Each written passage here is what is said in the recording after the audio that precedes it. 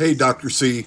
Sorry it took so long for me to get back to this, but I'm glad to explain, even though it will mess up my algorithm because TikTok has put me in one space and I am hard to be categorized. So let's get to it. In going through the biblical text, many of us who are preachers look at that text through various lenses. And one of the lenses I use, I was taught to use this in seminary through post colonial theology and post colonialism and all of that stuff, is basically what you said. What does the narrative have to say about power? And one of the examples of a biblical text that many people, both Christian, non-Christian, as well as Hebrew and Jewish folks, are familiar with is Exodus. So when we examine the Exodus text and the Exodus story, we ask the question, what does the narrative have to say about power and who is wielding the power? And it looks at both at the very negative aspect at first. Pharaoh is wielding power in the text, and Pharaoh is wielding that power in a cruel and atrocious way.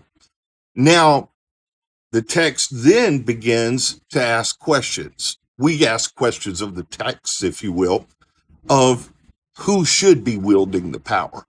Now, part of the text shows that God is wielding the power as God delivers the Hebrew people from captivity.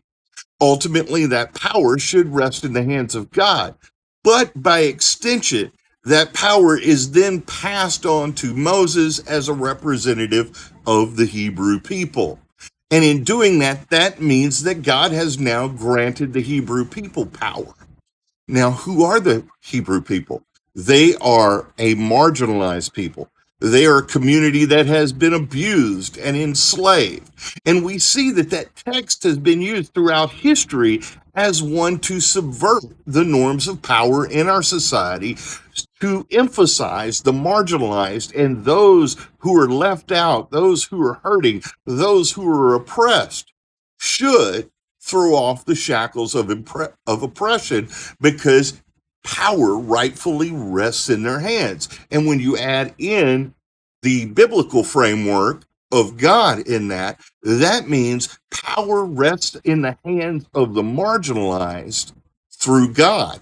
God becomes the source of giving power to the hurting and the disenfranchised so they might throw off those shackles. What are your thoughts?